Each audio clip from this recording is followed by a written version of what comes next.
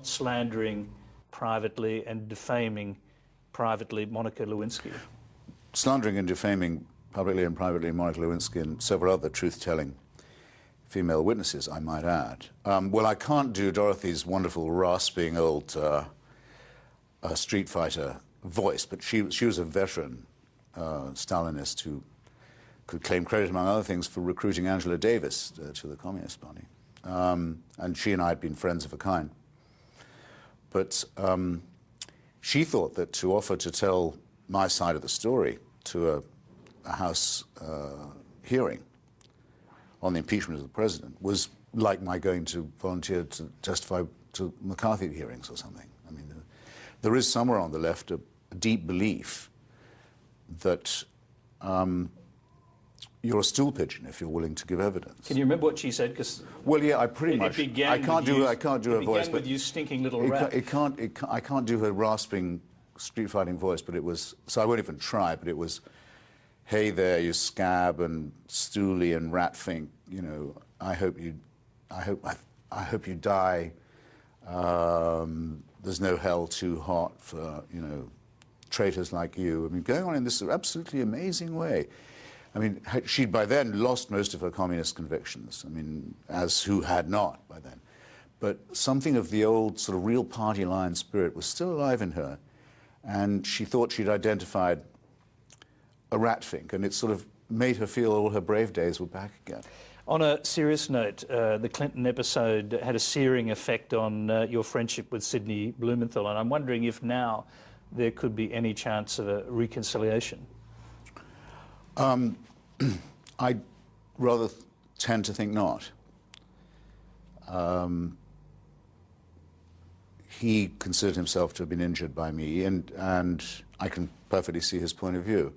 When he told me that Monica Lewinsky was stalking the president, and I remember thinking, even as he was telling me, how can a president be stalked in his own White House? You know, if he doesn't want to see her, he sure doesn't have to. What nonsense. But when he told me this, it hadn't then become a public issue. It hadn't, as it did in the impeachment hearings. It then became a question, had the White House, in fact, used executive power to defame a potential witness? So I'd been told it before it was, so to speak, so toxic. But I thought, if I was asked, I wasn't going to say I hadn't been told it. That would have been suppressing evidence, among other things, which I'm not prepared to do. But it did put Sidney in a very bad position, and he's entitled to resent it. Though I think he should resent the president who put him in such a false position, and who, having hired him for his brains, which are considerable, and his political insight, which is likewise not negligible, preferred to use him as a dirty trickster, as since has his wife. Most of the slanders against Obama that were circulated in the last election have Sidney Blumenthal's fingerprints on them. I'm sorry to say, we wouldn't have much to talk about if we were to meet again. We were talking about the transformation that you underwent in Sarajevo. Yes. The sense that the use of military power against despots is necessary. The war in Iraq was probably the biggest experiment ever, maybe the biggest we'll ever see in regime change and nation building. But it does appear to have been a failure. Well, it depends how you quantify it. I mean, it's a terrible disappointment, and of course disappointment's too neutral a word, because that suggests no one's really responsible for it. I mean, there were some things that couldn't have been foreseen about Iraq, but there were some that could, for which no provision was made at all by the American planners. And that's, I describe it in my book as an impeachable culpability. There were also things that were not just not done, but that were done, such as the atrocities at Abu Ghraib, for example, which, again, one would qualify as impeachably culpable and damnable. But there's the unquantifiable, which I think deserves a bit more attention than it gets. Our Iraqi friends have written a federal constitution inscribing rights for national and religious and ethnic minorities, where differences are to be settled by parliamentary election, which have been two, both of them in the teeth of appalling odds and intimidation, both of them so far with very disappointing outcomes. There's a Supreme Court, there's a free press, there's or the simulacrum of one, the idea of one, and quite a lot of the practice of it. Almost every Iraqi now has a cell phone. They were illegal till quite recently. A huge number of Iraqis can connect to the internet. They have a convertible currency. They have diplomatic relations with other countries now, which are impossible under the UN rules of the old regime. Iraq was sanctioned almost out of its sovereignty because of the crimes it had committed and not uncommitted. It's still a maimed and traumatized country coming out of 3.5 decades of war and fascism, and the political class is made up of pygmies. Saddam Hussein made a clean sweep of the intellectuals and of any possible rival, but it has a pulse now. I can't say that I know that the Iraqis will take advantage of all the wonderful enactments that they've made, but I still think it's an inspiring thing to see, to have seen, and for the very small part I can claim to have played in advocating it, I would say I was proud. But if you want a policy of US intervention to bring down despotic regimes, to move countries towards democracy, to build nations, you actually have to prove it'll work. And that seems to be the big problem here, because one cannot imagine anymore the United States committing itself to this kind of experiment in regime change. So it's over. You're quite right. I mean, that's probably not the least of the casualties of the thing. Well, though when one says casualties, one mustn't forget the tens of thousands of Iraqis who've been murdered.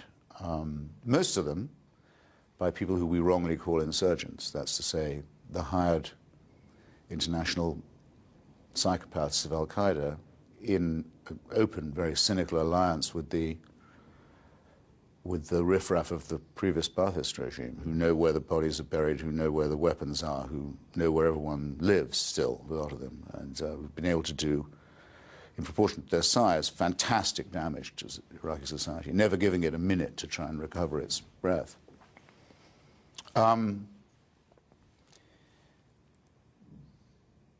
But yes, again, non-quantifiable casualty.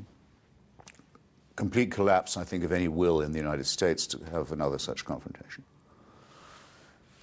Great skepticism in the international community about taking on any such undertaking. And as a result, I feel I can sense it. At the moment, there's a real sense of impunity and confidence and swagger among regimes like those in Burma and Zimbabwe and Sudan and Iran. They all act not just as if you can't touch us, we've got Chinese backing, which is, of course, part of the story, but you can't touch us, and we know you won't. And that's a terrible thing. I was fervently hoping that the removal of Saddam Hussein would be the beginning of an era of democratization and the realization that the age of dictatorship is dead. Dictatorships are redundant. They're historically condemned as well as morally. Not so. You obviously watched the Tea Party phenomenon very closely. Yes. I was intrigued to see you referring to it as, in a way, white America coming to terms with the fact that it may, or certainly will eventually be, a minority in this country. Well, I think one of the great latent causes of anxiety in American society at the moment is the realization among white people that if they're not going to become a minority, I think that's the way they think about it. That's a long way off, but they will no longer be the majority. That's rather different. I mean, they'll be the largest population, but they won't be the preponderant one. And the various forms that this anxiety takes, the silliest of which is the Tea Party, and in some ways the nastiest. I mean, I think obviously it's a serious question, as is the decline of the United States and Americans having to get used to the idea of being one power among many. Something the Tea Party has nothing to say about, by the way. They don't have a foreign policy. They don't discuss defense or foreign affairs. They don't know much about it or seemingly care. They are another incarnation of the old know-nothing isolationist tradition. And that shows also in their domestic attitudes. I mean, whatever tone of voice we're going to have to come up with to discuss the ethnic balance of the future of America, and it'll have to be very careful and thoughtful, I think, and well-mannered. We know what tones of voice you can't discuss it in, and that's the tone of voice these people adopt. calling the president a secret Muslim, or a closet Kenyan, or, believe me, this is said, and widely disseminated, the unacknowledged love child of Malcolm X. You know, try anything once. Any old smear will do. It makes me very angry. I've seldom seen in my longish life grown-ups behaving as stupidly, as immaturely in an election as in the last cycle in this country. Can I bring you to where we started with your illness and the effect on how you think? It's clear from the way you were talking that you're still engaged with the ongoing conflicts in the world around you. I mean, is that necessarily part of your condition, that you remain engaged with what's happening in contemporary politics in the United States, that you don't sort of drift away from that and start thinking only about the bigger issues? Well, I think... By which I mean life and death. Yes. Well, all the time I've been doing this, and I've always spent a good bit of my life on the political questions and trying to keep up with them and trying to influence the outcome as best I can. I've always known I was going to die. And I've always known that, in theory, it could be any day. So all I know is that squared now. It doesn't remove my interest, no. Because if one wanted to become, or had a tendency to become cynical and burned out, I think you're just as likely to do it when you've got a comfy middle age to look forward to, as not. Hope that's a fair answer. Christopher, we're really very happy that you're able to keep your side of the bargain with us. Well, very nice of you to offer. All I can say is thank you.